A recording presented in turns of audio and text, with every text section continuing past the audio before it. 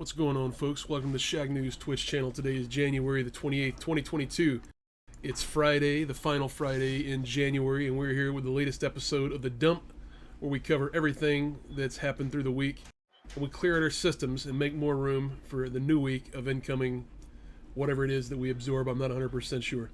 We're here with our host, TJ Denzer, Blake Morris. Fellas, what's crap-a-lappin'? Oh my goodness gracious. Welcome everyone to the end of the weekish time. It's me, Blake Morris, co-editor-in-chief, Shacknews.com, and of course I am joined by the one and only, the freshest kid on the block, TJ Denzer, news editor, Shacknews.com. TJ, looking great in those custom Astros. Almost as great as I look in my custom Astros. I got my Shack News teal. What color is this technically? Is this like it would be, turquoise? I think it would be considered a teal. Yeah. It matches your glasses though too. Oh, thank you. I didn't plan that, but I appreciate that you noticed that. The little things. Yeah, how you doing, buddy? Doing good. It's been another whirlwind week. Plenty more to come. But we got some hot news stories to talk about. We piping hot, fresh, delicious. Piping goddamn hot. Like so tasty. Don't hold it too close to your face. It's gonna burn although this first one might burn your tongue or the top of your mouth when you take a bite of it, let me tell you. Yeah, that's right. Of course, as we have been doing since the beginning of time. Basically, let's say we were once single-celled organisms, and then we split into two, and then there was another cell called the codec that just started pissing on the other cells. Fast forward 80 million years, here we are. That cell was like, I had no idea what was going on. I'll tell you what, I'm gonna reduce my salary to the same as that of our lowest paid cell, even though he was already rich in cellular currency. Man, oh man. Well, it seems like we're probably gonna only have another year to go here with Bobby Kotick or Suckstick. I don't know what you want to call him. But yeah, so where are we at this week? Where are we at in the clusterfuck that is the continuing saga of Activision Blizzard? Raven Software, we talked about it the other week, how they were working to form a union. And now we're kind of at another point in that story, right, TJ? Mm-hmm. Simply put, they started to organize pretty recently. They formed the GWA, the Game Workers Alliance, and in collaboration with the Communications Worker Alliance, CWA. They gave Activision Blizzard a deadline with which to organize the unionization, for better or worse. And Activision Blizzard refused to recognize them, so they are moving forward with their union elections, and are now basically moving into the next step of unionization. Good. I think this is like where this story has been heading. I think this whole time we've talked about it. I mean, I talked about it. With you, I think even last week, I basically said like the unionization of devs is the next step forward here. Yeah, you cornered me in the office restroom, and you're like, "We're fucking unionizing right now," and you pushed me against the wall. Then you pulled out a cigarette, lit it, and you just put it out right on my forehead. No, that's not true. None of that is true. All that's made up. I apologize. That does sound like me. You did discuss the Raven efforts, though. That is all true. Yeah. That is, in fact, how corporations want you to believe that union signups work, though. Yeah. That's just how the normal onboarding process at Activision works. Yeah. Except for minus the union part. That's where they have, like, you walk in and say you're here for an interview, and they lead you to the restroom, and then fucking Bobby Kotick and his boys come in with brass knuckles and a baseball bat with some nails in it. And then they drag you into an office and they chain you to the chair and they're like, "It's time to make DLC for Call of Duty." All right, we'll be back. We'll be back in 34 hours to make sure you're not dead. They take some of your blood too. They take some of your blood in case they need to implicate you in a crime. They ask if you have any children you'd like to come work up and get some hours into. Bunch of drunken frat interns.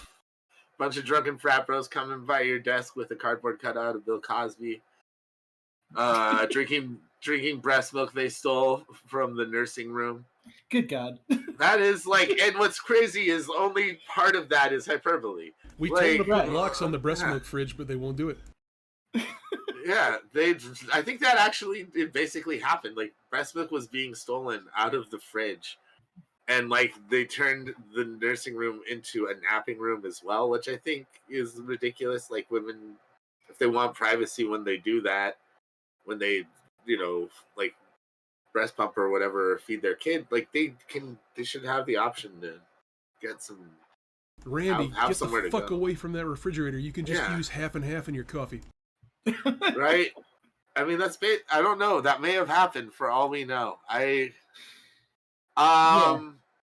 Yeah. But more importantly, what's at stake here is the livelihoods of these workers. This is actually super fucking serious, but sometimes it's tough to talk about the same thing for 19 straight weeks without, inserting some latitude. There's like a story every week. I think we've had a story almost every single week of something that Activision Blizzard has done to make things worse, which you would think that at some point they would like take a week off from that, but they don't.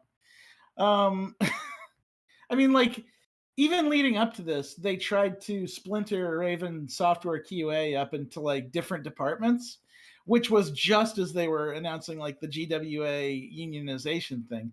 Mm-hmm. And like a lot of people saw that for what it was. It was straight up like they were trying to union bust. But here's the thing is this isn't just gonna be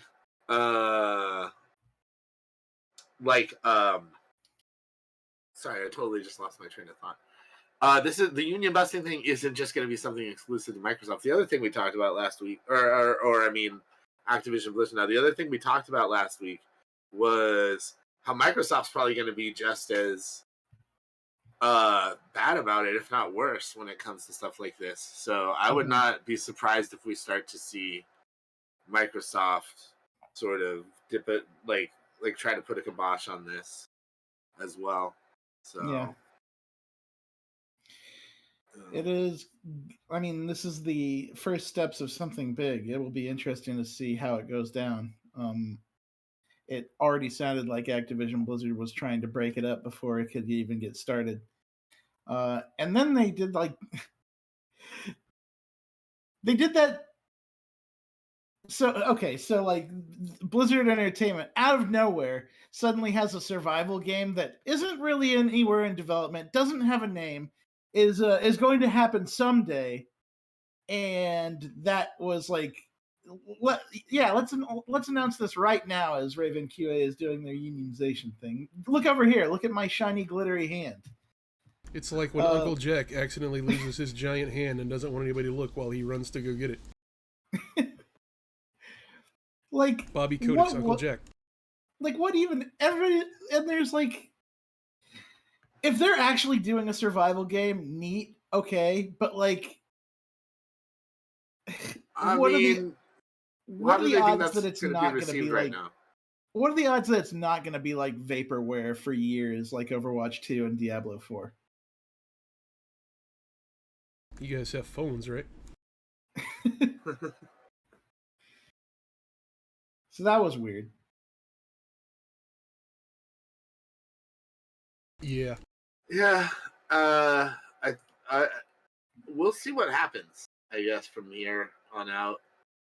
It's kind of I mean, this whole situation has been volatile, but I think things can still go either way for people trying to unionize.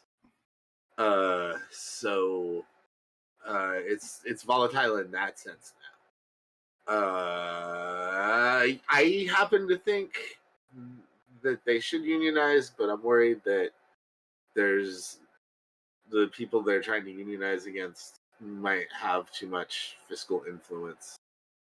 Because I honestly don't understand why so many. I mean, I get why corporations have a problem with unionization because it affects their bottom line. But when you're raking in more money than you have any idea what to do with, maybe it's time you reevaluate your priorities. Mm-hmm. You're like people at the top are rich. They're always going to be rich, and they'll still get richer every year if they have unionized employees. They just won't get as rich. So, Yeah, but who cares if you don't have empathy? YOLO. Yeah. Yeah. That's basically it. Well, can we not? I've already got a goddamn Let's flip that headache, switch. so let's talk about something cool. What do you say? I think a lot of our we lot talked of our about. news Remember this last week when TJ promised he was getting an Airwolf tattoo across his back, and that we were going to finally pick it today. Yeah. I've been excited for this all week. Oh man, I mean, what other choice is there but to get the logo with the chopper, right? But also, And like then, maybe a slightly faded Ernest Borgnine in the back, kind of looking down like a Christ-like figure. Yeah. like the Lion King, right? It's Mhm. it's like a cloud made out of Ernest Borgnine. Looking down, maybe giving a thumbs up or something. Yeah. But yeah, very kind of transparent. Looking down on the Airwolf logo, or But, looking up, because I think you got to have the Airwolf logo across the shoulder. Speaking of dope things, I heard that your friends over at Respawn Entertainment were possibly working on something. Supposedly they're working on a lot of something, a trilogy of somethings, if you will. Mm-hmm. Star Wars games. They're making supposedly Respawn is going to be making 3 Star Wars games. We're not remaking, just like making, and one of them is going to be like RTS, right? Yes, they're basically supporting on that one, but they are like single-handedly developing the other 2. The strategy game is actually being developed by a group called Bit Reactor, who is made up of a whole bunch of veterans from the XCOM series and from Sid Meier, from Firaxis and the Sid Meier games. I don't know what I expect out of this, but like they have a lot of pedigree in like XCOM games. I kind of would like a Star Wars XCOM game. That seems like it would be fun. Mhm.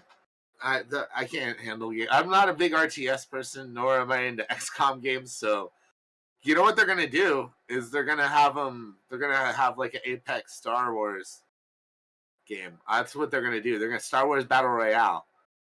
I'll bet tacos on this. I got 5 Oh, Lord, tacos help that us. said Respawn makes the Apex Legend equivalent of Star Wars, like a Star Wars Battle Front Royale. I can see that. And fortunately for you, That's if you don't want an RTS game, they did confirm finally that they are working on Star Wars Jedi Fallen Order's sequel, AKA Cal Lightsaber 2 Judgment Day. mm-hmm. Yeah. And then also an unnamed, unannounced first-person shooter.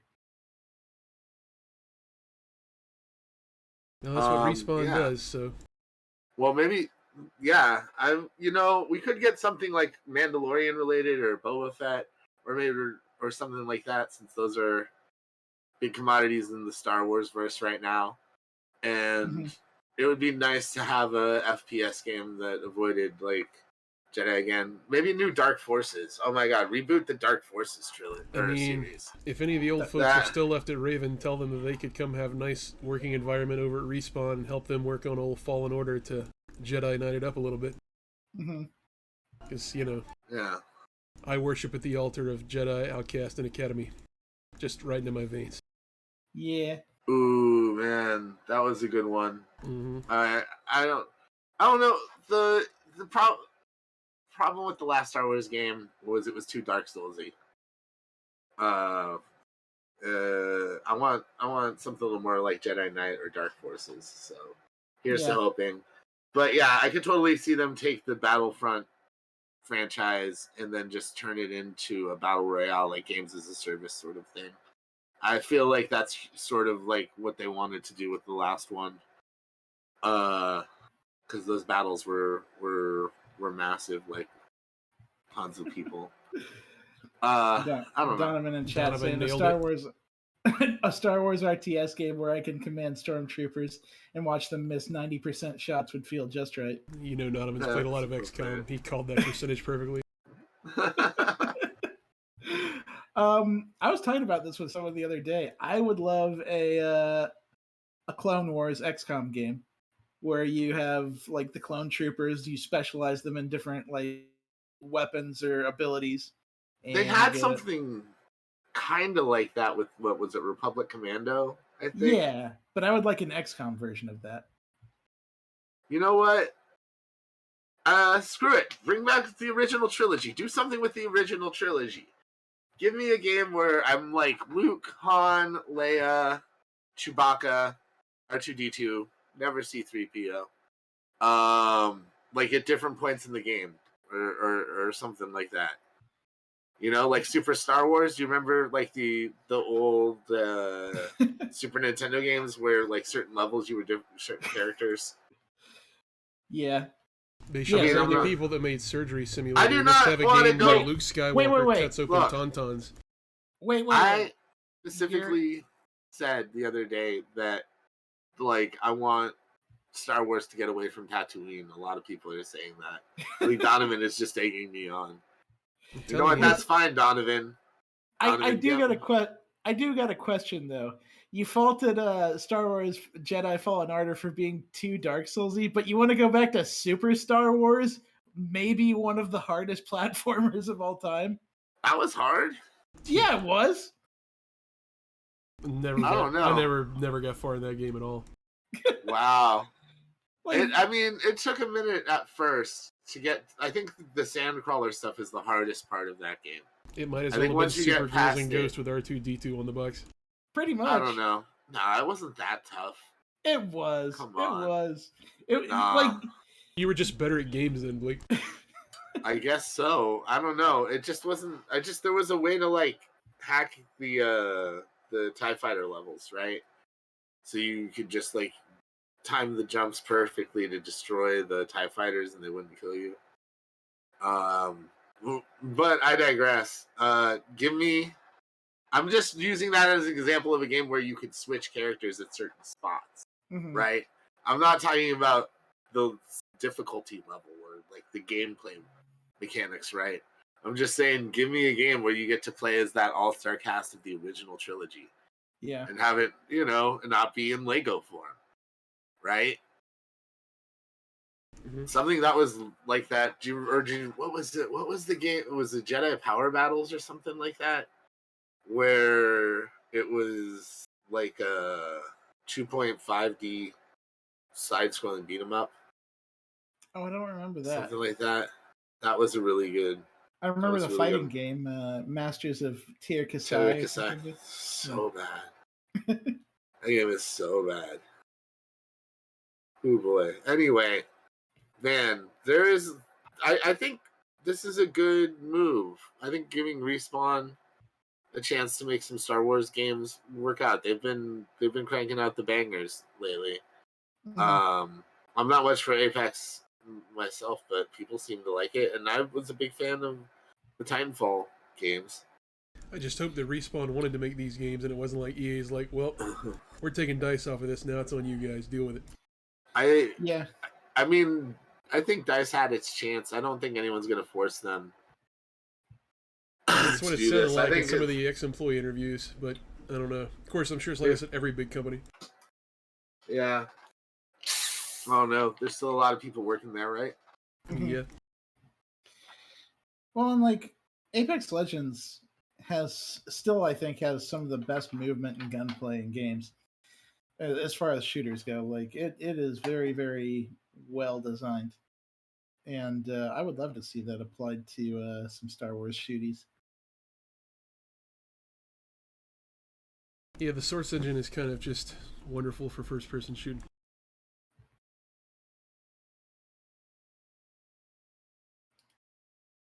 Hint, hint, Valve, we'd love another one. Oh, you're muted, Blake. Wow. No, I had to sneeze. Oh, And it was okay. like, it kept like being like, oh, it's going to happen. Nope. Didn't happen. So.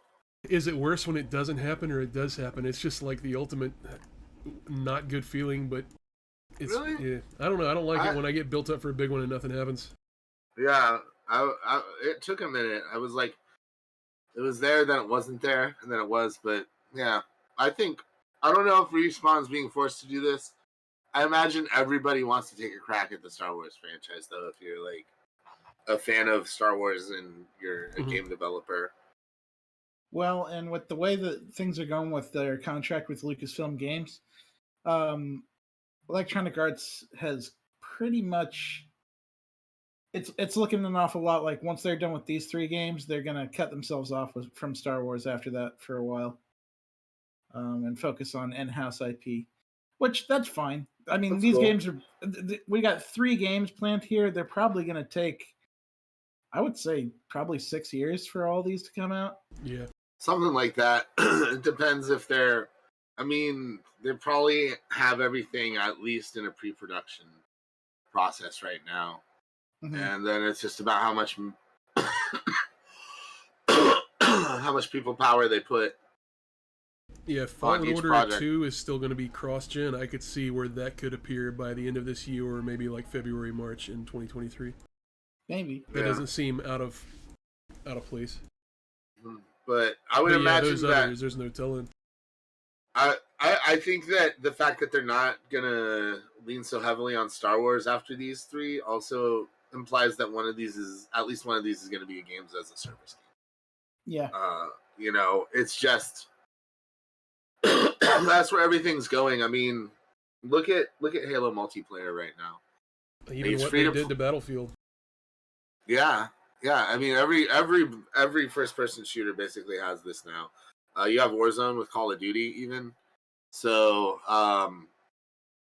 yeah. It seems like Warzone and Apex are the 2 big ones to draw the crowd and make the insane money. And it feels like everybody, even the studios or the publishers that have those, are doing what they can to try to double up or tap into the magic twice. Sweet.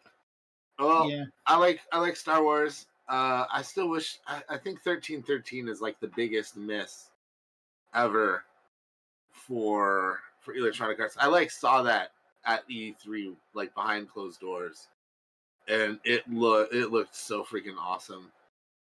Was that the one that Visceral was working on, or I'm confusing that for a different project? I can't remember who was working on it. I think Visceral was still doing Dead Space around then. Because I know at one point, didn't they bring on Amy Hennigan? She had supposedly done preliminary work either on 1313 or a different Star Wars game, but it didn't materialize, something like that.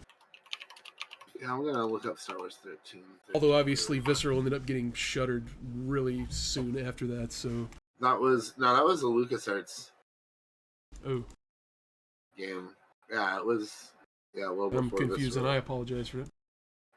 I think there was another game that Visceral was supposedly working on. I don't know if they ever showed it off, though.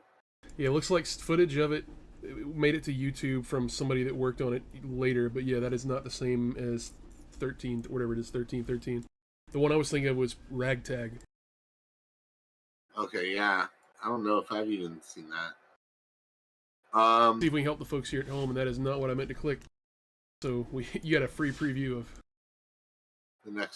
the later story. It's fine. My computer is taking a hot dump. I guess my bigger concern is how is Electronic Arts going to implement NFTs in all 3 of these games?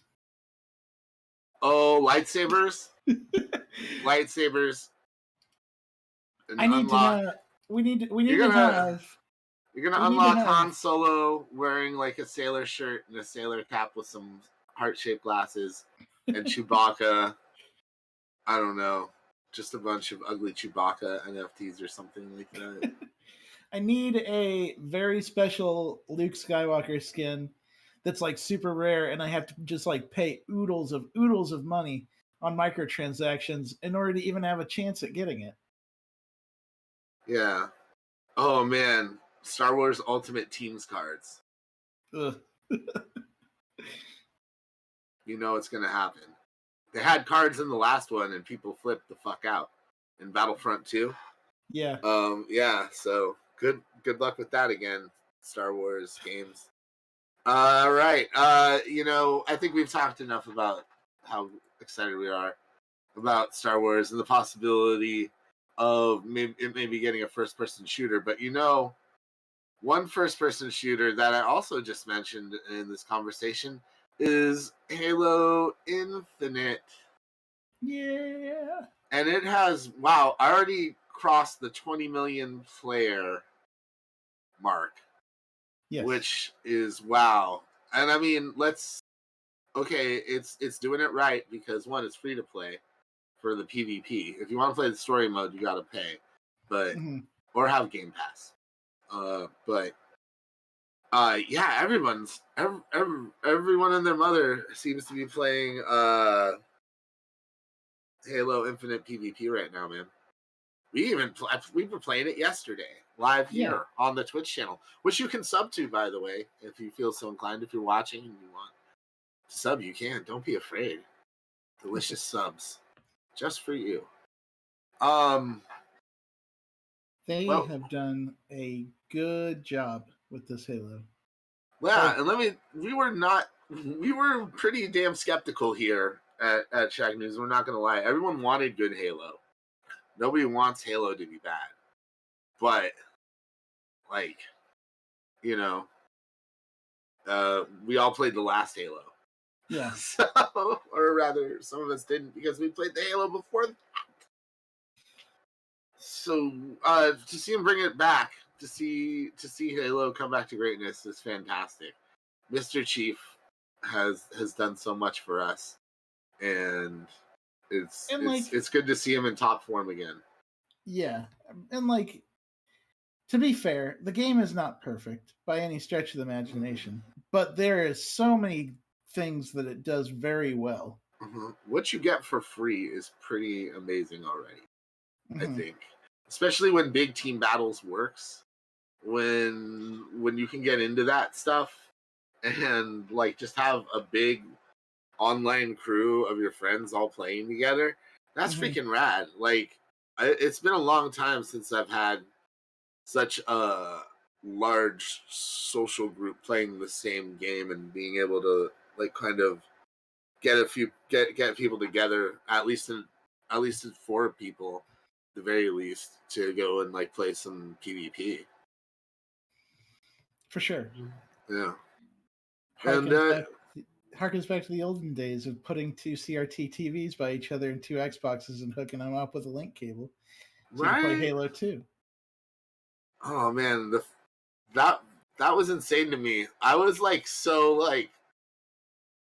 so against that when that came out. I'm like, wait, you need 2 TVs and 2 Xboxes to do 4-on-4? See, that's some rich kid shit right there. I'm sorry. I mean, I love the Xbox. I love where it's gone, and I think now that you have online play, it's even better. What's cool now, though, is you can have the split screen online. My buddy Bill was visiting, not Bill Lavoie, another Bill. But he signed into his account, and we both played PvP on my screen. And I like that. That's still there. You can switch that up that way. Yeah, free to play was a big part of it, Donovan. Games like Fortnite, Warzone, and Apex dominated the shooter space. It's still notable that Halo was able to pull in that many players. Yeah. Oh man, it lost Chris is saying it lost over 90% of its peak concurrence last weekend, but just Steam users. But that's just Steam users. I mean, Xbox people Xbox One players are also playing this. This is what you gotta know, right? Is you have basically 3 or 4 different models of the Xbox that can play this. And then you have a PC install base that consists of people using both Steam and the Xbox Live app, right? Mm-hmm. Like, or their Xbox Microsoft account in order to play on their PCs and on Steam, right? So that's like a massive install base right there. And Yeah. there isn't much else really going on with Xbox outside of maybe Forza 5. And, you know, if you have Game Pass, you get a hearty little selection of new games and stuff along with the games with gold that they give you. So, you know, I think I just, you know, but I digress. Like, it's really just more about like Halo is where it's at right now. And there's such a low level of entry and it's such a well-known series that it's really doing its damn thing. Yeah, I mean, this time last year we were still looking at like delays on this game, and it was like, Mhm. and I think they had like switched leads. Like, I do believe that 343, one of their creative leads, had left, and they switched leads in the middle of this, and everyone was ready for this game to just like crash and burn. It didn't look good, and so to be here now, like looking at this headline, that is a massive jump from where we were last year. That's like a drumline style mic drop Yeah. right there. That's what that is. So good for them. Very good for them. I guess 343 can stay around a little bit longer. I guess so. They really can't. This really was like they're probably like their families have been returned to them now. Their loved ones no longer being held captive. Congratulations, Halo Infinite. Really, I think tip of the hat. I've been playing the crap out of it. This is my first time really playing a lot of online PvP too. That's the other thing is I'm really excited that the online campaign multiplayer is coming soonish. Yeah. Because that's gonna motivate me to finish the story, I think, is getting my homies into a group and just wreaking havoc. Mm-hmm. Yeah. But hey, I think we can move on. You know what, TJ? You may notice that I'm wearing my Spaceballs the t-shirt today. Do you know why I'm wearing it today for the stream? I do, but tell the people. It's because we are doing our first ever extra special sub night tonight. That's right. Donovan and Greg, hosts of Pop Goes the Culture, are finally doing a movie night, and I am very stoked. And they have chosen Spaceballs to be the first of a series of sub-only movie nights. If you want to watch along at home, kids, make sure that you're subbing right now here to Shacknews on our Twitch channel because it's going to be a lot of fun. You know what? I'm about to gift somebody a sub. Nice. Just for, you know, just so they can join in tonight, you know? All right. Solid snacking. Congratulations. It's not going to cost you a thing to tune in to tonight's show. Let me tell you that. When is that? Do you know when that's going on, TJ? Donovan? That is to happen at 4 p.m. Pacific time, 7 p.m. Eastern time. Oh my! So it's basically like just about right after the dump ski, a little bit after the dumperoonie. Mm-hmm. Just a bit over 90 minutes away. A bit over 90 minutes away, which means you've got 90 minutes. You have time to poop, eat, shower, and toke up. They have a lot of plenty of time to get the edibles now. Mm-hmm. Because they take a lot to kick in. Yeah, you don't want an empty stomach. Take a spoonful of peanut butter first. As long as you're an adult and you live somewhere where also, that if you can get doable. some ketamine, that would be cool too.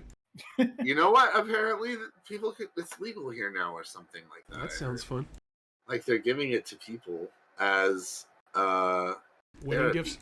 Oh, therapy. No. Yeah. Yeah, there was like I got an ad for therapy. I know I'm just going off here, but That's yeah, all right. it was They've like been a targeting me therapy. pretty hard too. I just don't understand like how I can't even that would listen be... to my alt-right podcast anymore without having to hear 7 ads for online therapy. Wow. I think the people listening to those podcasts need the therapy the most, though. So I think that's some good targeted advertising there. Oh man. But yeah, there was an ad for ketamine microdose therapy where they like put, but I don't know how therapeutic a K-hole would be. Frankly, I don't know. It's fun when you say it like that, though. Yeah. I don't know. I don't think I could. I wouldn't do it, kids. I wouldn't encourage TJ, any if of your you to cell do phone it, rang right now and you picked it up and it was me and I was like, it's time to get K-hole, brother, you'd be pretty pumped, right? Don't put TJ on the spot like that. I'm sorry. In any case, I'm really happy with where they're starting with this thing. Spaceballs is a fantastic movie. Mm-hmm. Yes, it is. And it's going to be great to see where they go with it. I suggested that they do the entire Ernest filmography. That would be fun. I agree with that up to a point. They don't need to go to Africa or plays basketball or the Marines or the other 7 that came after that. Yes, they do. They need to suffer like the rest of us did. What was it? Ernest's slam dunk. Slam Dunk Ernest, that was the basketball one, yeah. Yeah. What about Hey Vern, It's Ernest? Like the show that he did. Yeah, I used to have a VHS that had like a collection of all the Sprite commercials and the little bits. It was dope. Mm-hmm. Oh man. But we all accept though that Ernest Goes to Jail is the godfather of the Ernest series, right? Yes. Yeah, that movie is ridiculous. Should have been nominated for an Academy Award. It wasn't? Pretty much. It's one of the bigger crimes. The Halloween one is also excellent. Yeah. Yeah. All right. Stupid. Christmas and Camp I also have very fond memories of. Mm-hmm. I think Camp might have been the first one, but I could be wrong. Donovan looks forward to torturing her with 2000s cartoons and Knives Out 100 times. What? Wait, does Greg not like Knives Out? I don't know. I think Greg's just sick of hearing Donovan talk about it, which means they should probably watch that next. Maybe they should fight each other and get if they watch Knives Out, between them. I might come cameo on their stream if they ever do that because I haven't seen it. Mm-hmm. So I could save myself for that stream. Mm-hmm. Man, I'm saving up my Shacknews account Twitch points, the ones that we earn by watching the stream as they tick up, and eventually I'm going to wait till I have 1 billion of them, and I'm going to redeem mine on that show and force them to watch what I want to watch. Assuming that it's compatible with our watch party. What are you going to make them watch? They're just going to have to wonder, aren't they? Yeah. It's going to be something real artsy-fartsy. Man. Could be a black and white, lots of cigarettes. Yeah, we should have a pick a movie reward, and we will. And it should be expensive. Very expensive. Yeah. And Greg has to dress up as a character from whatever movie it is if the person put up enough points. Yeah, but the point is you gotta be a sub to watch tonight. Like this is a subs only event. Mm-hmm. So like if you don't subscribe to the channel, you won't be able to participate in the watch along. And it's one of several things that we have lined up for subs that are going to be coming to the channel soon. We're making the changes. We've heard the cries from you, like people no one really asked, but we've heard them in your brains. 2020 is going to be the year of community involvement. It's not just about us, it's about everybody together. Yeah, and we're gonna bring you the things that you like, that you want, that give you even more incentive to sub. So really, by subbing and coming to this movie night, you're really getting on the ground floor. You're one of the best of the best. Yep. And why not? Just why not? $5 a month just to spend extra time with Donovan? That's worth it alone. That Think pays of it like for you're a itself member of the Founders Club. Yeah, that pays for itself in 5 minutes of hanging out with Donovan. Mm-hmm. But then you also get to hang out with Greg for free, which because we couldn't really charge you for that if we even wanted to. But Donovan's so cool, it makes up for it. Right? Exactly. Greg, I hope that you're watching. No offense intended. No, Greg is great, but I like hearing great. Greg's He just likes description you. of movies that he's clearly sure that he's seen, but the way he describes them makes me wonder what the Did hell you see movie the he's same talking film? about. Yeah. Yeah. It's like asking gets- my dad what happens in movies. It's just, Man. you get an answer. It's not necessarily the right one, but it's an answer. Yeah. But Donovan, he is a little right for giving you shit for having not seen Ghostbusters, man. Ghostbusters is it's the blueprint for It's one of excellent the better documentaries filmmaking. I've ever seen. Right? And it's all of the events happen in real time. That is exactly what New York was like in 1982. Yes. It was. It was totally like that. And, Go out into the sewer and there's just pink goo everywhere. yeah. People They don't haven't gotten realize rid that of- the unofficial sequel to Ghostbusters was Jason Takes Manhattan, which was a direct continuation of the New York documentary. And those two movies shaped in my mind what New York City was. Same film crew. Yeah. Exact All the same, right? film Yeah. crew. Yeah. All right. Well, yeah, there's other ways that you can get involved with Shack News. Did you know that, fellas? You can like us on You Facebook. get into a We're personal Shack News. relationship with one of the staffers. I mean, that is a way to get to know somebody. Friendship, bonding through conversation, spending time together. So what better way to spend time with us than follow all of our social media channels, right? Like us on Facebook. Go check out Shack News Media for all of our thirst trap picks. You know? The stuff Give a that shout out to DVD on Twitter. Yeah, and then follow us on Twitter at Shack News to see all the picks that were too spicy for Instagram. And then, of course, you can check out our YouTube channel, Shack News Games and Gamer Hub videos. We have tons of content going up on both of our channels. I know on Shack News Games today, we have the video review of Pokemon Arceus, right? It's that new Arceus. Pokemon game. That's all you need to know. Pokemon, pick it up. Pokemon Pick It Up is going on right now. Go buy the Pokemon. We might actually be speaking to someone about Pokemon here in a few minutes, so Yeah. keep it tight. Yeah. Who knows? Pokemon There might be more. Skyrim. Arceus is how it's pronounced. Okay.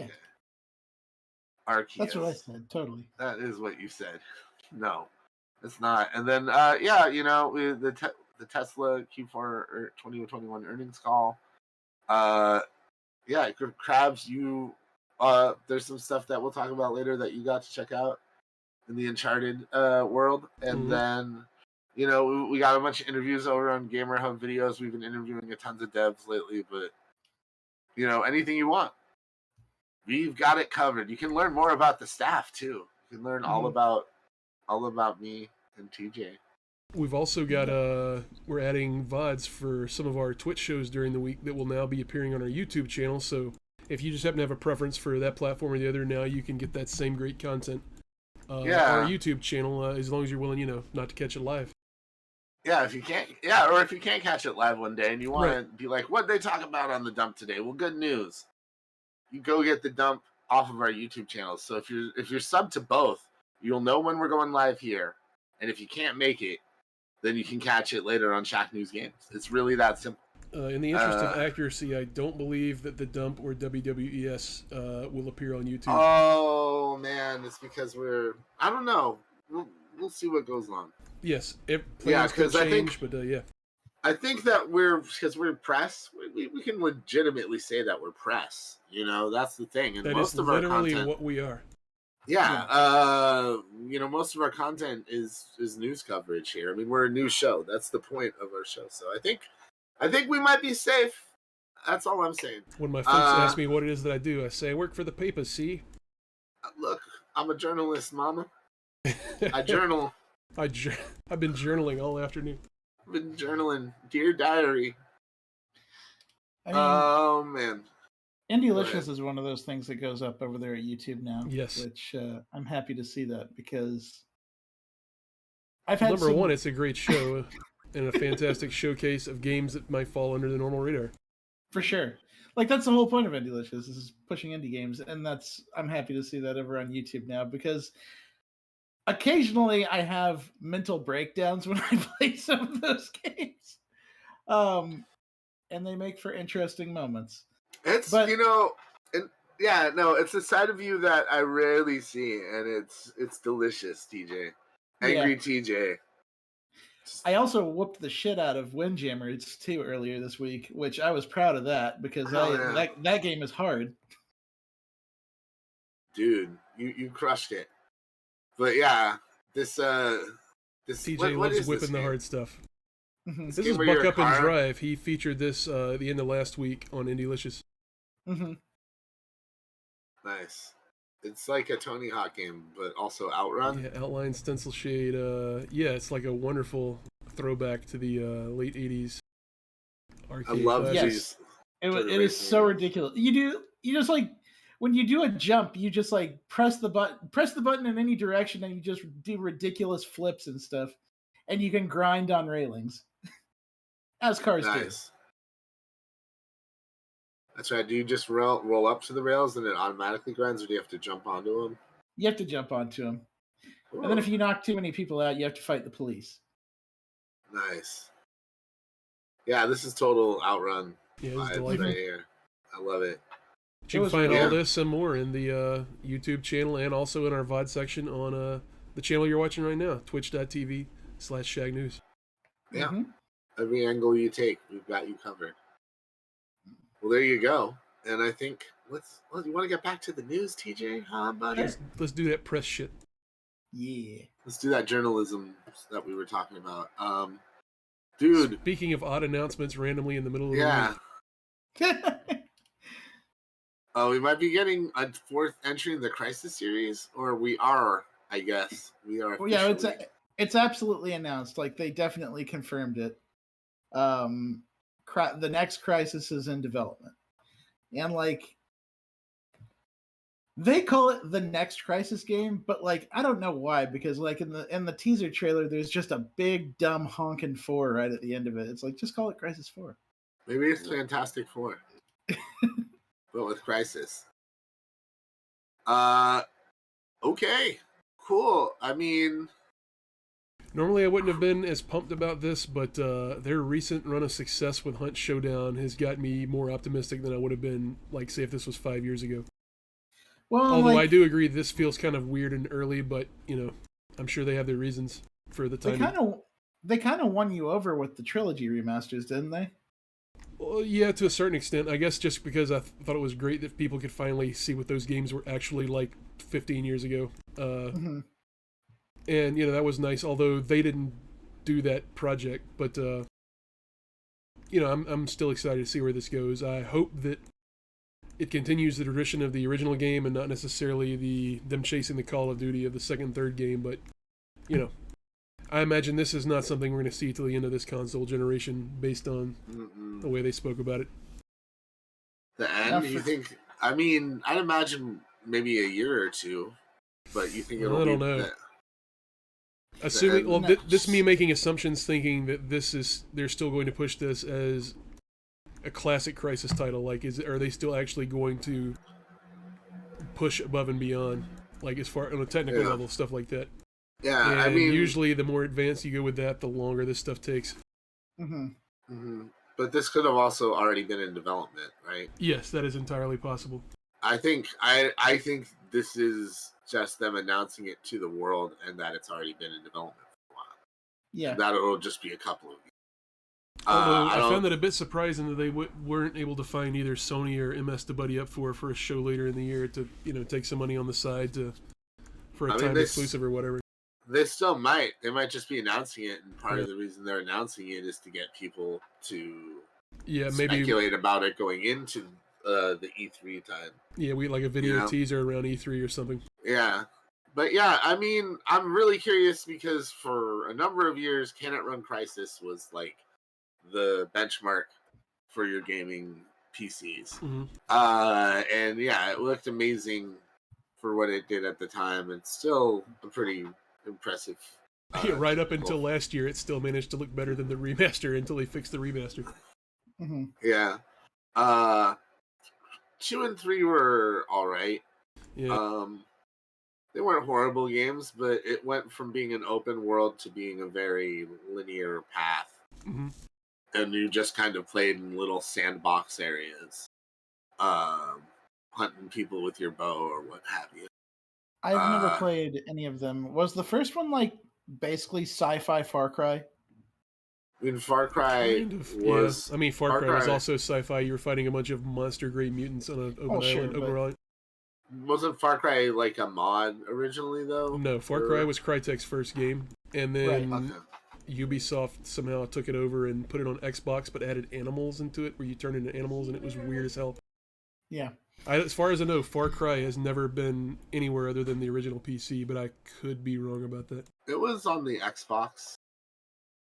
I'm pretty sure that was the one where you turn into an animal that was weird as hell, but I could be wrong. Far Cry? Mm-hmm. I thought Far Cry started off as like a PvP thing. It's always been an open world island first-person shooter. Well, not really open world. Yeah, either way. I'll have to look that up. Yeah. We'll check the Google while we work through, and we'll see what. Yeah, I think that's what everyone's curious about. Now that they've announced it, I think that there's going to be expectations of how this game is going to look visually, or you know, I mean, everything looks visually, but you know what I mean. Like people are gonna expect this to wow them. Yeah. Yeah. So I think I mean, good luck, Crytek. I think it's bold, but I think it's a good move, and I'm excited for them because, you know, it's their flagship title in a lot of ways. So Google correction: Far Cry was eventually released for the Xbox 360 in June of 2014, but pulled shortly after it was like a remake for Xbox Live Arcade. Okay. So that would have been after the system was hella dead. Interesting.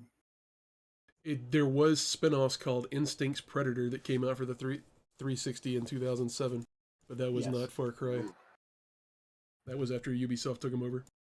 And then that's Far Cry 2 was... I remember that because, like, in that particular game, you, like, want to go stealth for the most part, but you also have this thing where, like, you get the blood rage and you can just beat the shit out of dudes.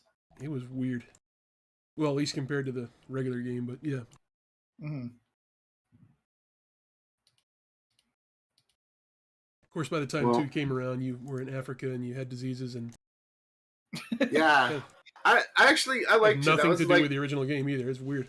Yeah, it was a cool... I don't know. I enjoyed Far Cry 2 for what it was. I made my editor's choice that year.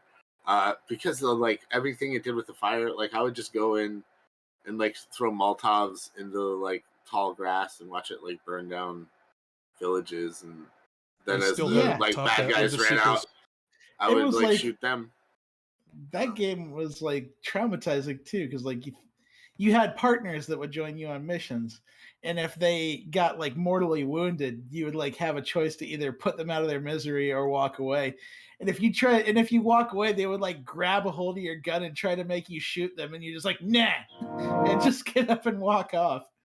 I just remember, like, you would, like, you know, your hand would be all messed up and your thumb would be twisted and you would, like, pop it back into place.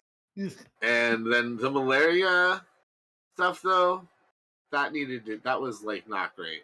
That was the worst part of the game, was that ticking clock of, like, oh, are you going to run out of pills in the middle of a shootout? Yeah, just constantly forced you into interaction nonstop. Yeah, and that screwed me over, but I really enjoyed that. And Far Cry 3, everyone got on the bandwagon. I feel that was the one that really made its mark for the franchise. And then people were all right with 4. 5 was in Montana.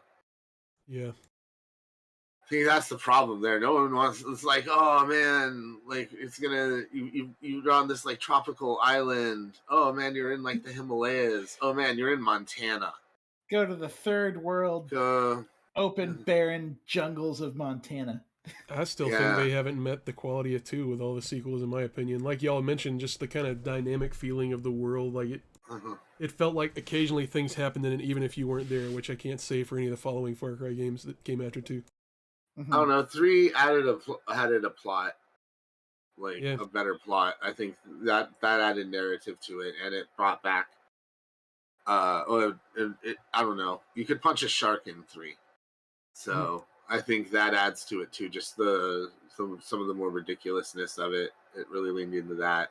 The world became more interactive. I know people complain about all of those guard towers and stuff, but it was fun at the time. I think they just, like, Ubisoft went overboard with a lot of that stuff, and to me, that's the peak of that series. I know, man, we've been getting really off subject today, but it's a good conversation. We're just done.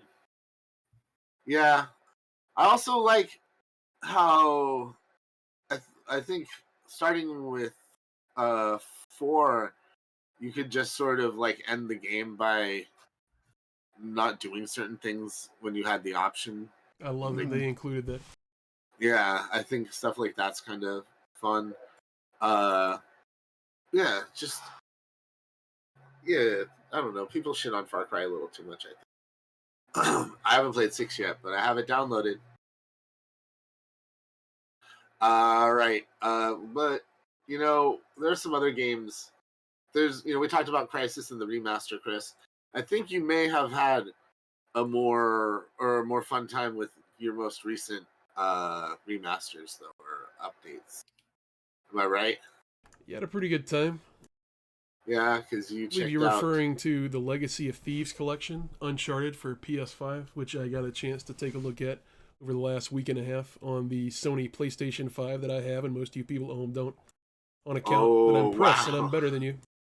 Whoa. Damn. Yeah. That's a half-truth.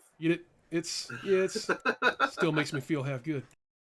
Well, that's all that matters. Yeah, pretty much all you need to know about this is that Randy Uncharted and his boys and his lady friends too, that Lost Legacy is here along with Uncharted 4.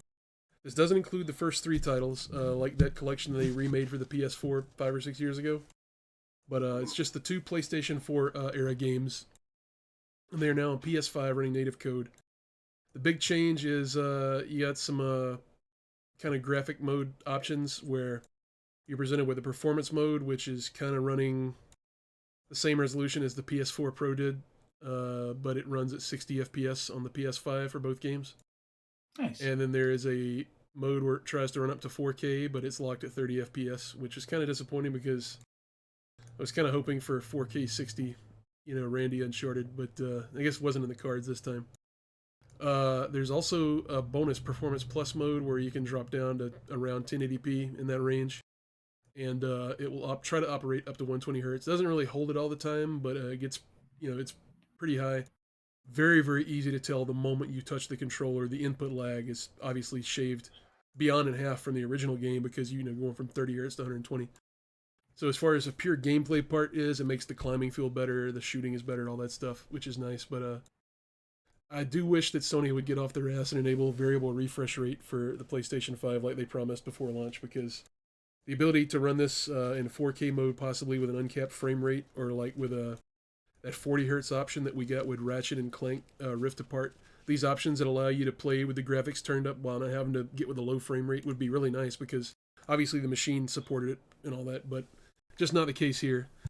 It has some bonus stuff as far as, they've redone it for the DualSense controller.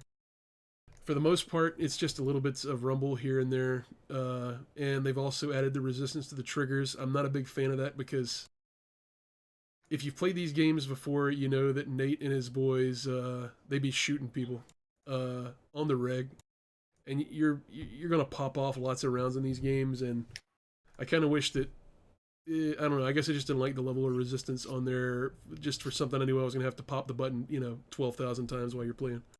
Is there any option to turn it off? Yeah, you can disable that. And for fun, I downloaded the PS4 version of the game of the Legacy of Thieves, and played with the DualSense, and had a wonderful time. It didn't have the resistive part, but I felt rumble and all that, and it's different from playing on the Legacy of Thieves collection version, but I don't really feel like if you're excited to get this for controller upgrade, I don't know. I've played other PS5 games that I was more impressed as far as what they did with the DualSense, but yeah. Other than that, they didn't really change anything about the games. The multiplayer has been removed from both titles, so if you were looking for that, that could be a disappointment. And graphically, nothing has changed other than The pop-in, like for higher detail leaves and stuff like that, has been slightly extended, and this applies even to the 120 hertz, the Performance Plus mode.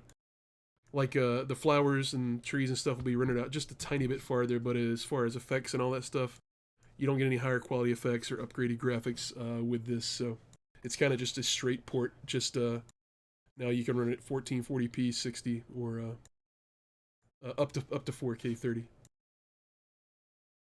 And this is Sweet. out as of today, I believe, or as of Nice. last night. Man, sweet deal. But you had fun, right? You're a big I didn't- Uncharted fan, right? I didn't go. Hold on a second, but my throat's about to explode.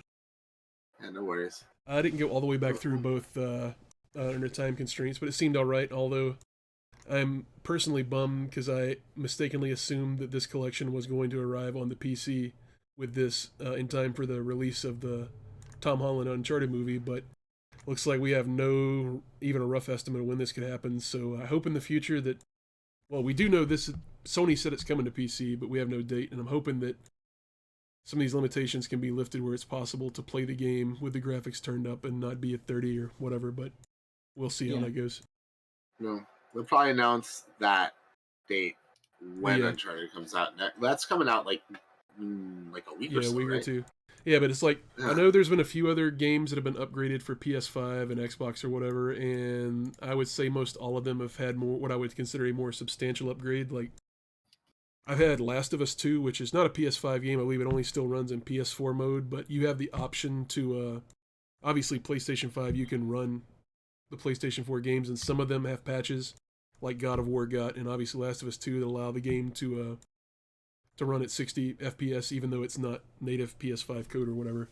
And I still felt like playing Last of Us 2, even the PS4 version, I felt visually was just a step above the Uncharted stuff here, and I was, I guess because I like these Uncharted games so much, I was hoping that we get slightly better shadows, little things here and there, like you would get with like when a game comes to PC, like we got with Horizon and Days Gone and all that, but just I guess wasn't in the cards.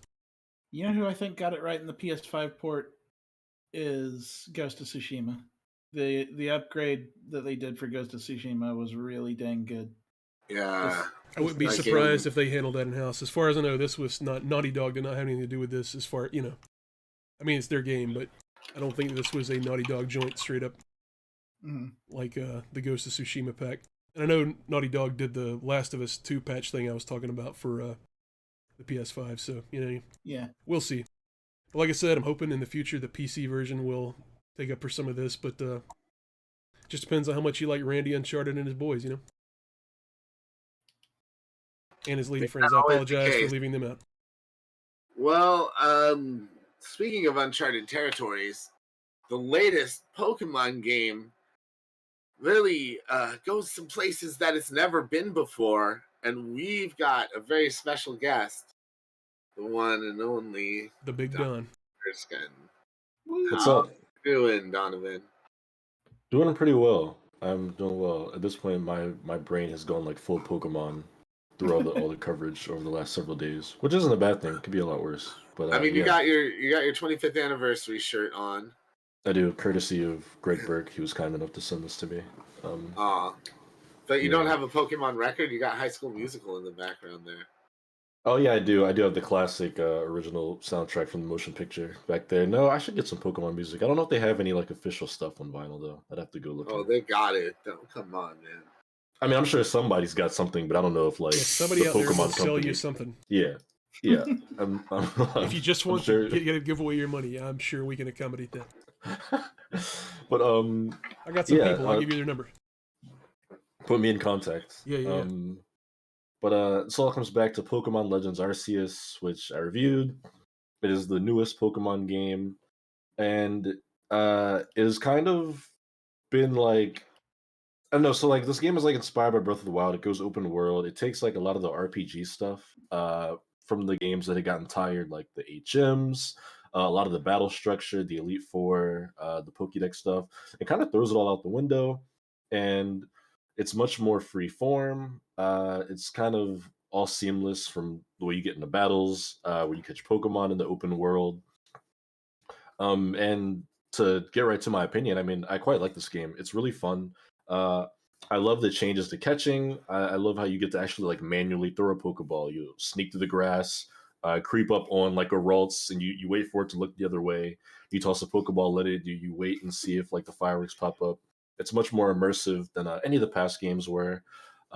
Even like battling, where you can run around the field like your character. You can just run around the battlefield, and if you jump in the middle of like a hyper beam, you'll just get like blasted to the side. Your character will actually react to it. Um, each of the Pokemon have like unique behaviors. You've got like Bidoof, it's like too stupid for its own good. It'll just sit there and smile at you if you hit it with like an acorn. But then you've got like Shinx that'll try to like electrocute you if you get too close to it. Um, there's Pokemon that'll chase you. Something else cool they do, just to speak to like the immersion in detail, is like all the Pokemon have like different sizes and shapes. So like you could catch 4 Pikachu and they'll all be different sizes, height, weight. You can see all that information. Yeah. There's like alpha Pokemon, which you see are like the ones with the burning red eyes that are like twice the size of regular ones. Like I caught like an alpha Lucario, and I think that my character came up to like its waist. So like Dude, when I take man. it out of its Pokeball, it's like a kaiju. They're standing. demonic looking. They do look demonic, Like especially that- for some of them. That Mm. Snorlax video that TJ like linked to earlier today. Yeah. That's creepy as hell. This game is for kids. like it's like the Pokemon Go full Children of the Corn.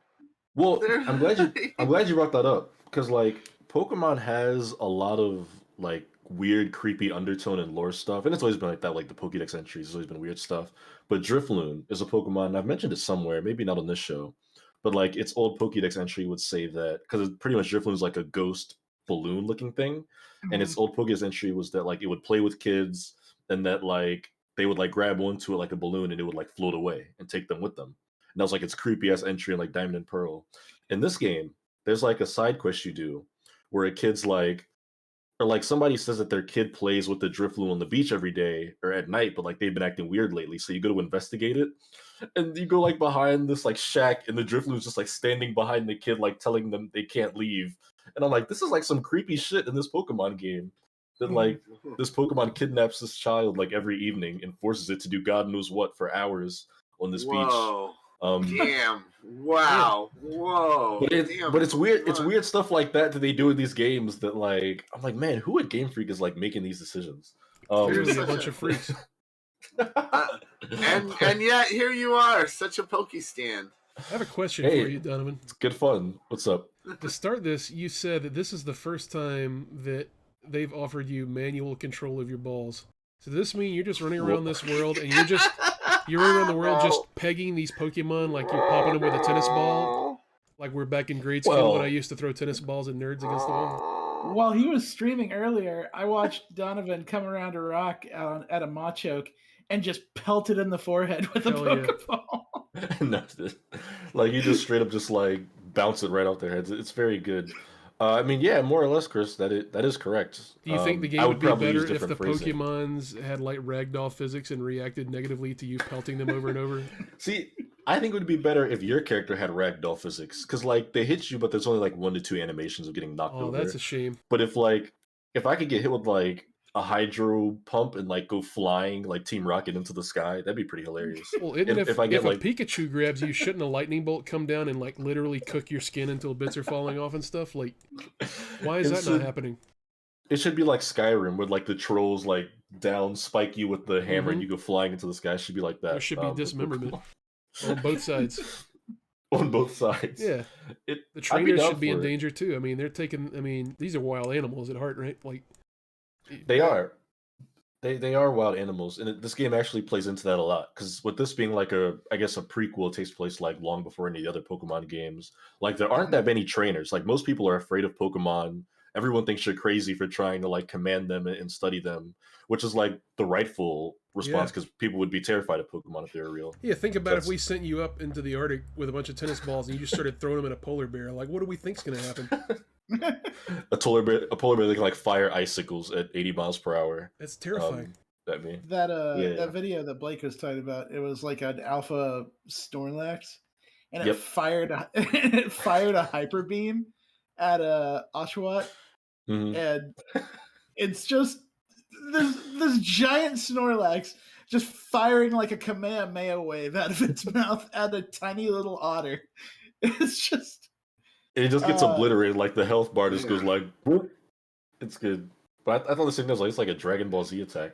Watching some of those moves, it's good though. I mean, as much as I like the game, like there are things about it that I was like, well, that's not good, or stuff that they do that's pretty lame. I think the biggest criticism it's gotten has been like visually the textures and stuff, not good. I mean, you see in the video like there's flat textures on stuff.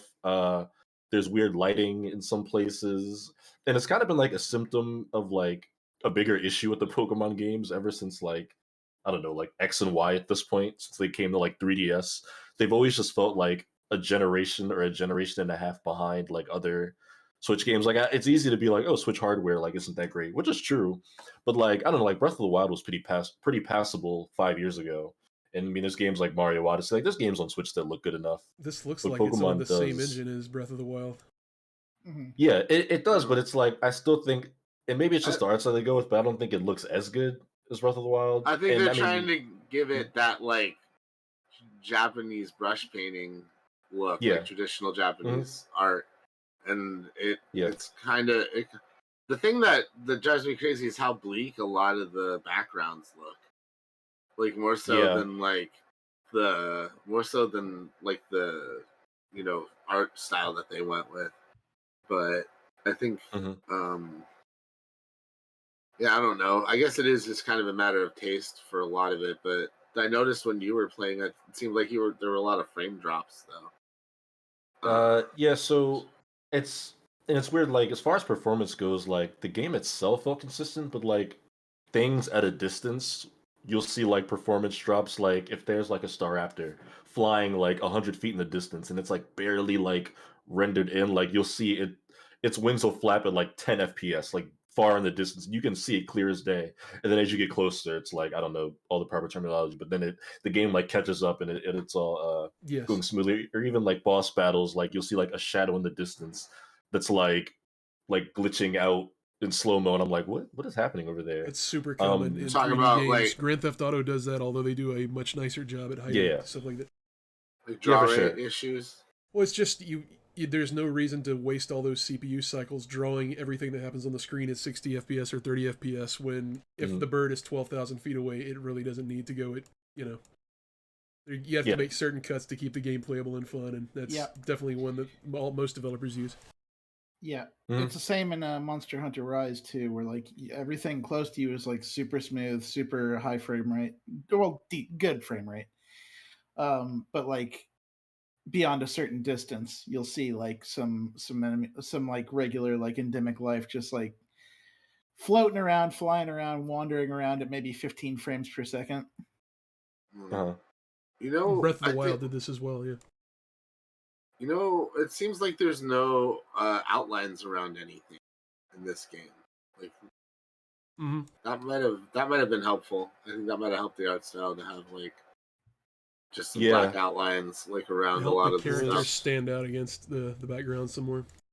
Yeah, That was- it all just kind of blends together. Like That was so- definitely an artistic decision too, because like they've had games like that. Like Sword and Shield is an open world, but it is like the Pokemon are all 3D animated. A lot of them are probably the same animations or models in this game, but they are much more outlined and stand out like that. So I feel like it was a decision on their behalf. I don't that part didn't bother me as much, and even the graphics thing doesn't bother me. I say it all the time that I don't graphics are like very far down the list of things I care about when I'm critiquing a game, but it was something worth mentioning.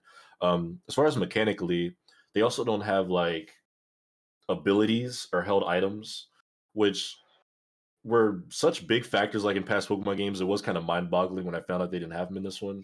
But after playing it, I mean, like this game, battling isn't as big of an emphasis. It's not like competitive like Sword and Shield. You're not battling people online or doing tournaments. So a lot of that stuff doesn't really come into play. But it would have been cool to have. Yeah, I think all in all, it's still pretty damn good. I'm currently in like post game. They've got like a lot of legendaries, a lot of cool post story quest lines and things flesh out. So I've been digging it. I think I'm around like 45, pushing 50 hours into it at this point.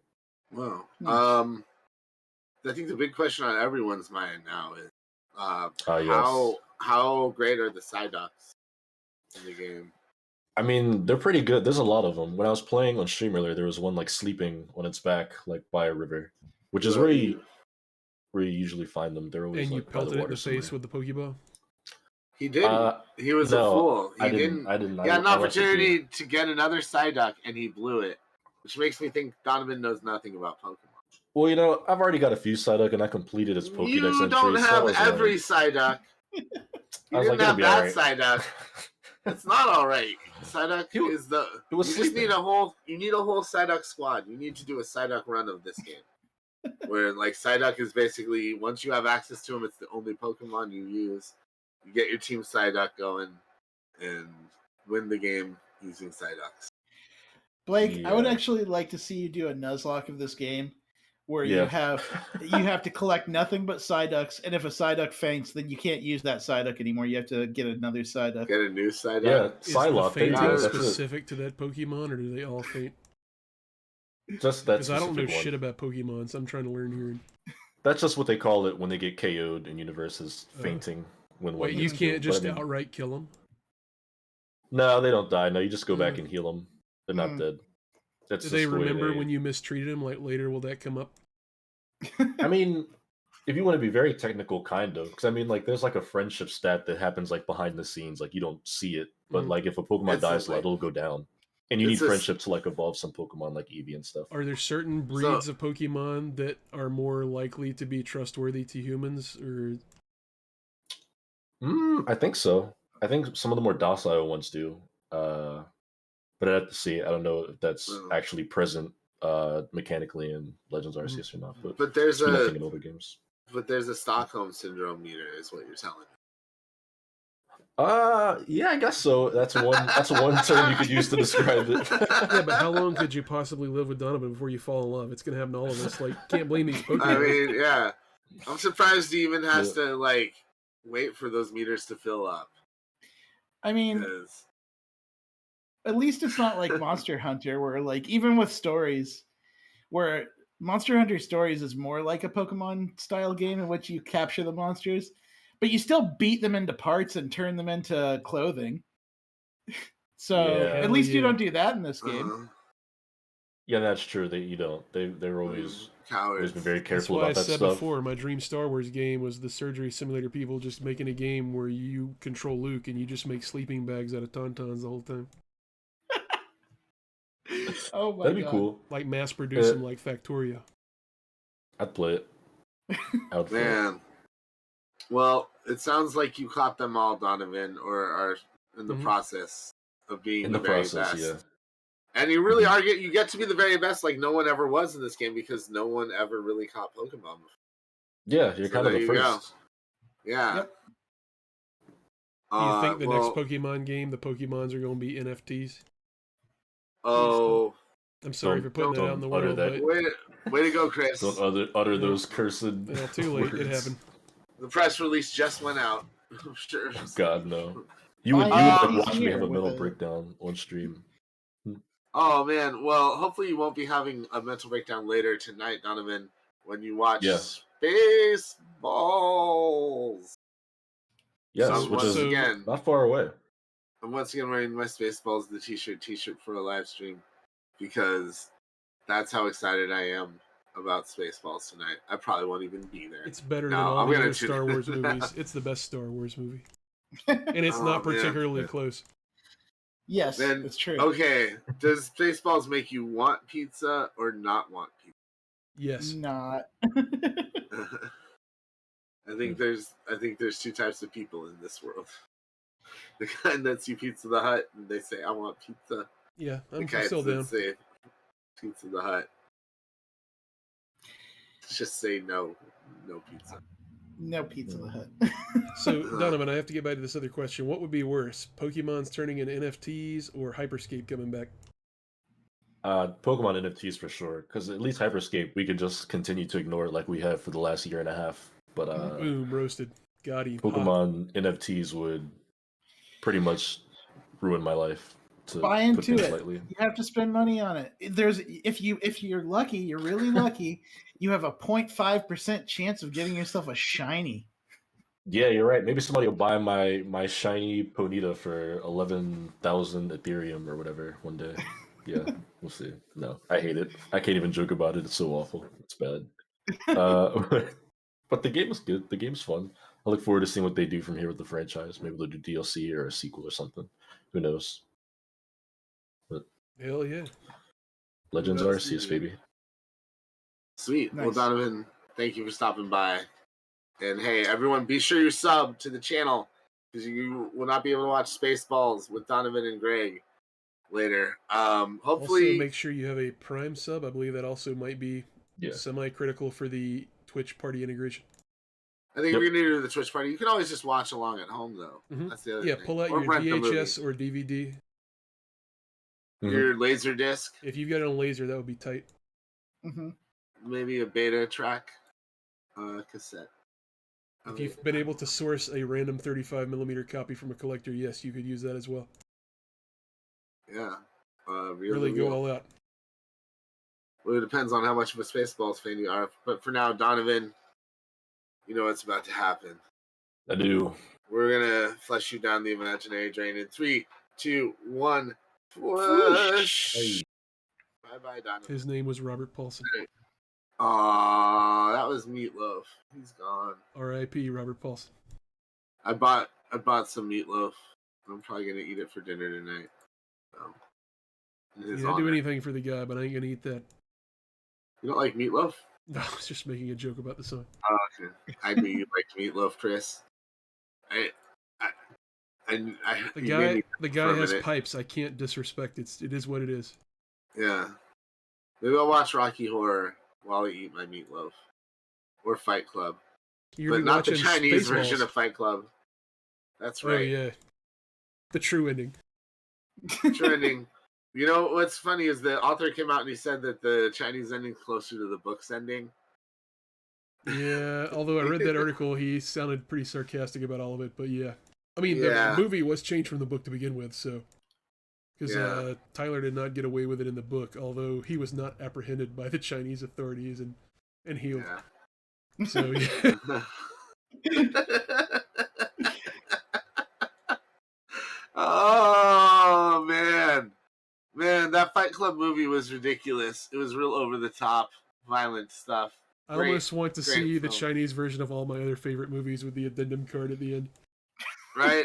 I know there's been one about this of Star Wars going around, like a little video where it just shows like Vader shooting at Luke's TIE fighter and then an explosion, and it says that the rebels were all rounded up and re-educated. Did you see the Oh my true God. ending to Forrest Gump, where Forrest flew back to China after Jenny died and lost 7,000 times to the Chinese team at ping pong? The end.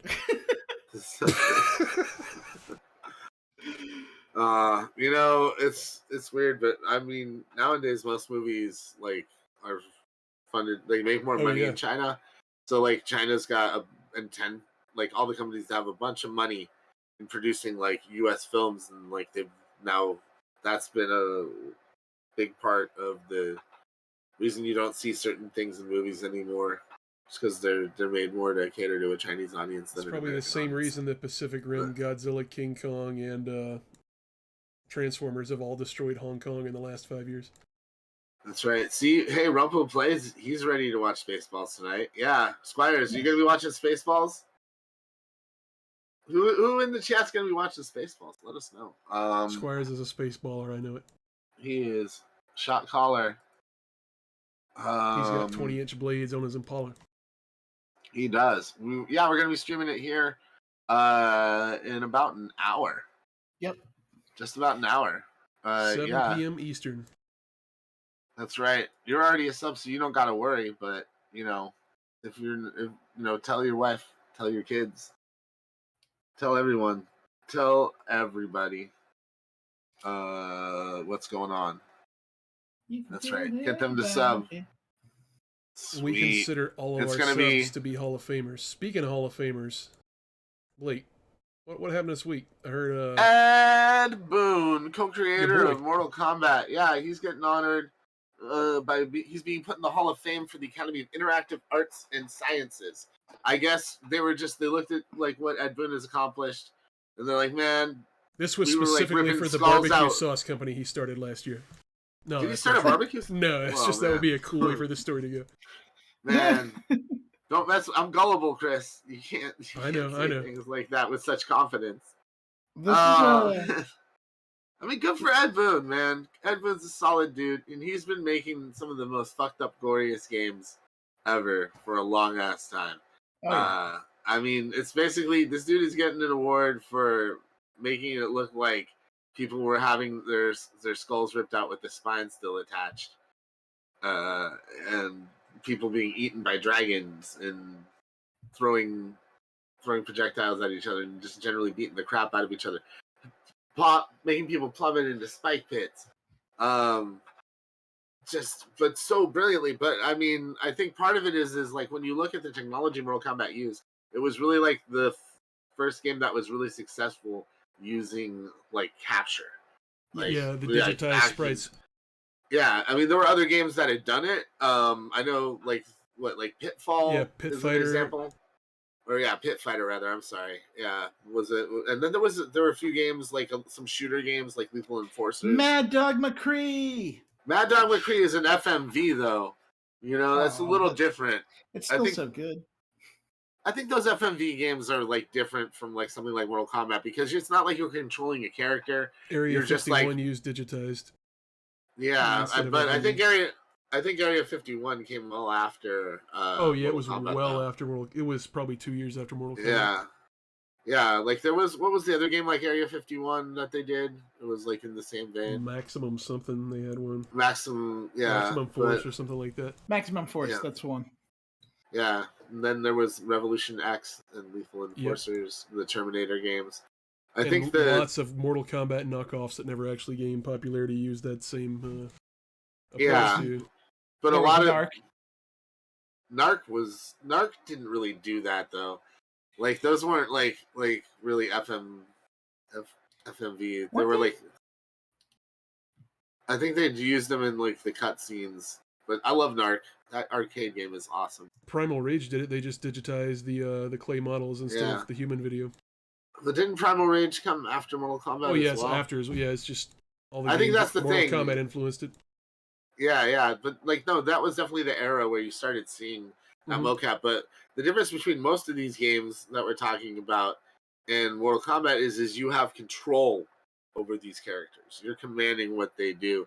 Like Pit Fighter let you do that, but it was nowhere near as good as what Mortal Kombat came up with. Mortal Kombat looked clean.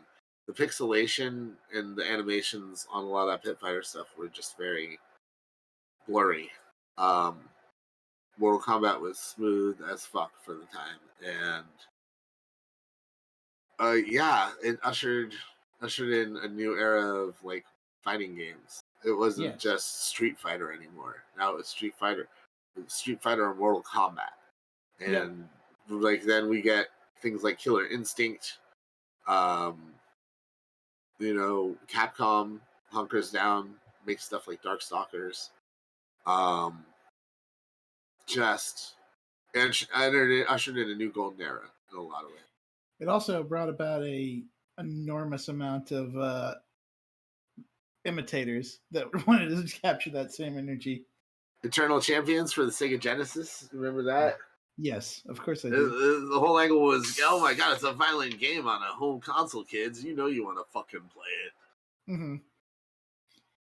You could play as like a 1920s Chicago gangster versus like an 1800s druid. They should bring that franchise back. They should. They really should.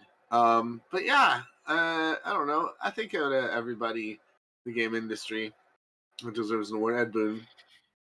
Yeah, and Yeah, he's Mortal right up Kombat there. is coming up on its 25th anniversary this year, so it's timely. A lot of people are expecting something interesting and new out of NetherRealm since it's such a big milestone for them. Yeah. And you know what? He's actually getting the award at the 25th annual DICE Awards in Las Vegas in April. So a lot of 25s there. Yeah. Congratulations, Ed. I hope nobody is finishing him though. I hope he continues to make more games, and I'm really hoping that we hear more about another Kombat. Like they just announced the movie sequels coming. Yeah. So, and then we've got this as well. So it feels like once again they're ramping up to something. That's what it felt like last year too. I know we were talking about some tweets that Ed had been putting out last year. So we'll see where it goes. In the meantime, let's just celebrate the fact that Ed Boon is so great. Yeah.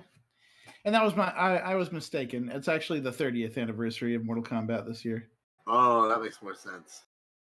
It came out in 1992.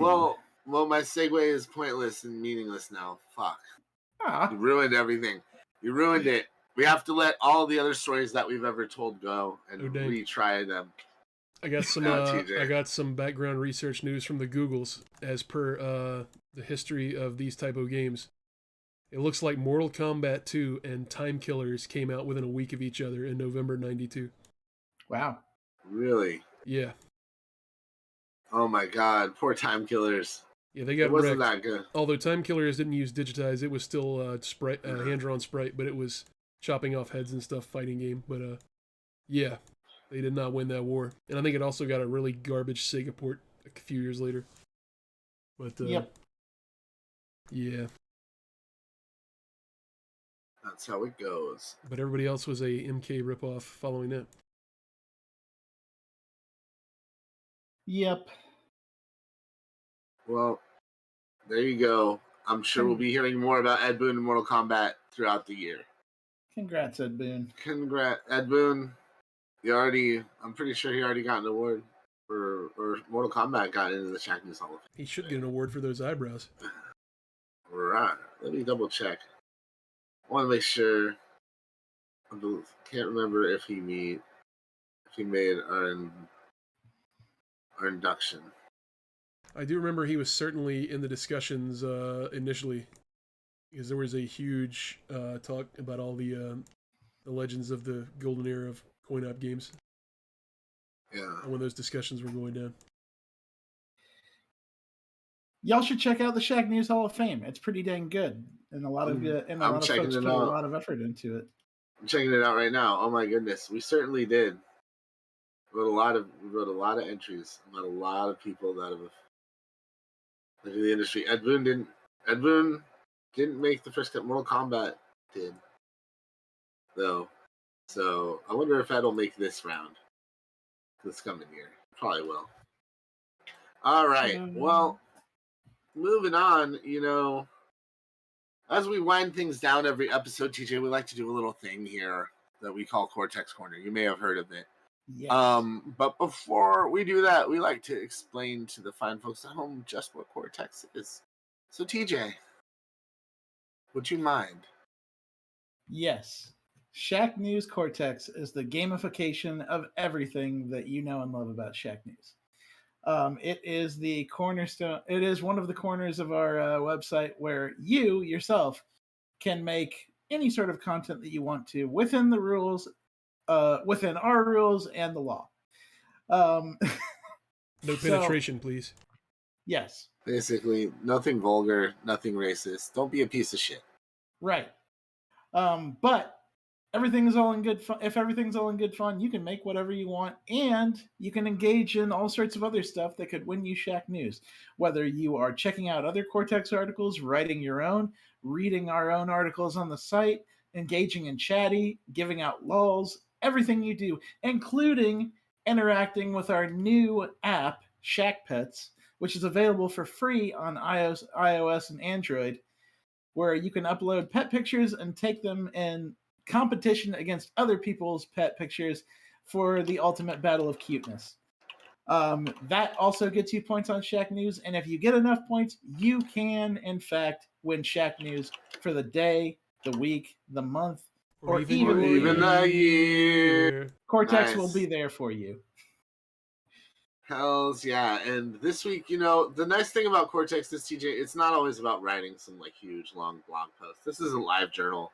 You don't have to talk about your feelings and post links to MP3s of the Shins. You don't have to go to that when we were young concert and talk about your sadness. No, Who the you hell can just post orders tacos and ask for giant carrot chunks, please? Look, motherfucker, I had to explain this to TJ yesterday. And like, if you have never been to a place like a taco truck or anything like that didn't give you like a tied up baggie full of pickled jalapenos and carrots, then you don't know what the fuck you're talking about. And that's all I'm gonna say about it. Those are like big ass raw carrots to me. Those are pickled, man, and that's what they look like. I hope they are. Those are definitely pickled At least carrots. maybe they're a chance to be flavoring them. Dude, they're definitely pickled, and I'm very disappointed in both of you. I'm not. I saw who posted this, so I know exactly where this came from. Man. But yeah, all right. Yeah, no, it's just Mad Dog Delphi posted Taco All Tuesday it takes is to a good destroy day. friendships is for somebody to post anything food related to Cortex. Oh, It man. devolves I post, into 9/11 immediately. That's like all I post in It's Cortex all is it's like inflammatory. Food blogs. Is it? No, I post delicious things. I post all sorts of delicious there was things. I don't know if it's still enforced. There used to be a rule in the Shacknews chatty, and after a while, like people were no longer allowed to post that they went to Five Guys or whatever burger place because inevitably it just started all out war. Like it would get very vicious and violent every time. Yeah. It became a rule that if you posted, you would be banned. I mean, but this started a nice conversation. People got That's into how it. they start. Yeah. if I wanted Someone to spend pulls out a sword. $20, I mean, if I really enjoyed spending $20 on a single burger, I would post about Five Guys. Ooh. Look, that's how much burgers cost out. Everything costs that much out here, man.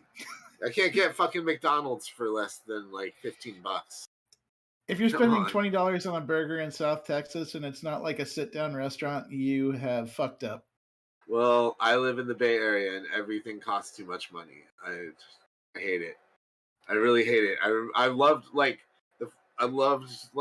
going. I took a road trip through the South when I was younger, and it blew my mind, like how like I could eat like a king at a fucking Waffle House, like better than I'd ever eaten in my entire life. Like I just lived off of Waffle House for like a week straight, and I loved it. I loved every minute of it. Not good for my long-term health. Also, you're much safer inside of a Waffle House than outside because the staff are better de-escalators of violence than trained folks. Yeah. Yeah, it was a pretty crazy trip. They won't hire you to be a short order cook in Waffle House unless you've completed Streets of Rage 2 in real life. You had to have beaten up lots of gang members with pipes before they'll let you. You have to have fought off at least 4 guys walking very quickly at you with not a knife 5 guys. In their hands. You didn't have to hold on 5 guys, TJ. See what I did there? Oh man, but tacos you can't are so be no good. geek off the street. You got to be handy with the steel. Mm-hmm. Yeah. Regulators. No. Do. But I'm telling you, I kind of want some tacos now. Do you guys have a favorite kind of taco? Barbacoa. The one in front of me. Is that okay? There you go. I like Chris's answer. I feel you on that. Barbacoa is like straight up pot roast, and you just like it's equal parts lean and fatty, but like no matter which part of it you poke, it just shreds apart if it's done right, and it's so good. Yeah, barbacoa is pretty damn good. I like myself a good pastor taco. I also like lengua tacos are really good. Have you ever had lengua? There's a place next to me too that does pork belly street tacos. Ooh, that sounds really good. And they're like slightly crispy on the outside. It's like cubed pork belly and slightly crispy on the outside, and then it's just like butter on the inside. It seems so like if you find a place who makes a vat of carnitas that you trust, like it's hard to go wrong. Mm-hmm. Yeah. I love the pork. Oh man, I may have to get tacos after today's dump, and just really, really dump after that. I actually got tacos last week from a place that I'm never going to again. You can order it with 2 homewrecker-sized carrots on it. Oh man, look, I am not gonna defend pickled carrots to either of you because obviously you're just a couple of Philistines. If I opened up a taco and I saw a carrot that big, I would feel embarrassed for myself. Look, it's just it's emasculating. Disappointing. Disappointed in both of you. Jalapenos are y'all- fine. Yeah, I Honky don't know what you're chunky talking about. carrots. They put the carrots and the jalapenos in the same bag. they gave and him it's this like, lemon wedge, but they didn't give him the lime. Where's the lime? Taco truck I here don't know. gives you a lime cut into 4 pieces. I'm dealing with amateurs. That's all I'm saying. I think we can all agree that like street tacos are the best tacos, right? Yes. Like the kind they're like a couple bucks, and you get like somewhere between 4 and 6 of them, and you just stand there with the paper plate and you eat them. And It also helps if the neighborhood in which you pick up the tacos is considered to be unsafe for gringos. It increases the quality of the food. you know, Also applies to barbecue, that rule. like Barbacoa. honestly, the best taco trucks in Oakland are in the worst parts of town usually. Like my favorite one is like on 46th and International, and I have seen some crazy shit go down getting late night tacos there. Anywho, what were you gonna say, TJ? Well, I was just gonna say barbacoa on a homemade flour tortilla with cilantro, onion, and like a roasted salsa is top notch. You're doing whatever the Mexican version of the Italian hand gesture is. Hey, I think it's the same. is it the same? I wasn't It's sure. just a universal delicious. cupped hand. Yeah, I think it's universal. Maybe at this point. Well, it feels like we've come to a solid little point here. We got Yeah. we got ourselves all wound up and hot for tacos, Mm-hmm. which was I mean, the I need logical to get conclusion them. of this. I need to go get them before movie time. I've only got like 40 minutes to get tacos. You've only got 40 minutes to get tacos. You've only got 40 minutes to sub to our Twitch channel before it's our first ever subs only movie night, people, with the hosts of Pop Goes the Culture themselves, Greg Berkelton Burke and Donovan Erskine. They are going to be hanging out with you, watching the movie, having a good time. I hope they got some popcorn. If they didn't get popcorn, they fucked up. Hey, TJ Denzer, my co-host, news editor of Shacknews.com. Thank you for being here today. Chris Gerard, tech editor for Shacknews.com. Thanks for kicking it on the ones and twos. Mhm. And of course, thank all of you out there for watching. I'm Blake Morse, co-editor in chief of Shacknews.com. Hey, give us a follow on Facebook, Shack News. Like us on Twitter at Shack News. Shack News say Media hello on to Denny Von Instagram. Doom while you're there, by the way. Yeah, Denny Von Doom is working hard for the money, so you better treat him right. And of course, subscribe to our YouTube channel, Shack News Games and Gamer Hub videos. That's what it's all about. Of course, shacknews.com is a fantastic place. And hey, guess what? It's the weekend. What more perfect time to play Shack Pets than the weekend? TJ, you have been doing pretty well with your floof picks or flaff picks. And you know, I still don't think your dog is as cute as my cats, but they're pretty adorable.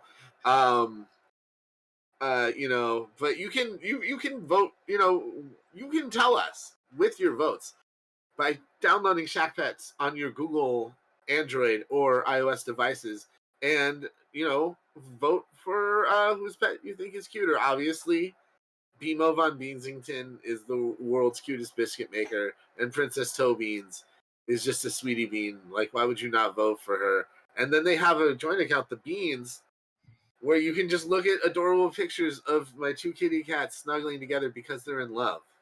Why Okay, choose TJ? one? Why not both? Why not vote for all of them? Double fist those cats. And then you can akimbo. You can give some love to my in memoriam account for Colonel Space Cat. I used to own a well, you know, I wouldn't say own. I used to live with a Munchkin cat. TJ, he was my little buddy, Colonel Space Cat. Yeah. And yeah, he was. Let me tell you, he was a little sausage-footed, adorable little critter, and he's out there winning battles in space for us now, and he's also winning battles on Chatpad. So yeah, you can go and vote for them. You can even, if you think your pet can out cute mine and TJ's, you are welcome. You are freaking welcome to bring it on by uploading pics of your own pet. Yeah, well, not where your mouth. Put your pet on Shack Pets. You can put as many picks up there as you want. You can challenge with each pick 10 times a day. You might even win Shack News for the day, the month, or even the day, the week, the month, or even the year, if you do well enough at Shack Pets. That's right. It's up to you, though. Go out there, check it out. And with that, we'll see you all next time. Stay tuned. Go make your popcorn now. Do what you got to do. If you have to dump in IRL, you got a little bit of time before Donovan and Greg entertain you with their whimsical movie nights. Yes, they're silly all guys. right. Well, like our good friend R. Silly Kelly says in guys. his song Ignition, it's the freaking weekend, baby. Look. Love to have me some fun. We're not good friends with R. Kelly. I'm not good friends with R. Kelly. I don't turn my back on friends. I'll leave that. I'll leave. Okay. Well, I'm sorry. Wow. Okay, Chris. With that, let's get out of here before anything else happens. In 3, 2, 1. Bye bye, everybody. Whoosh.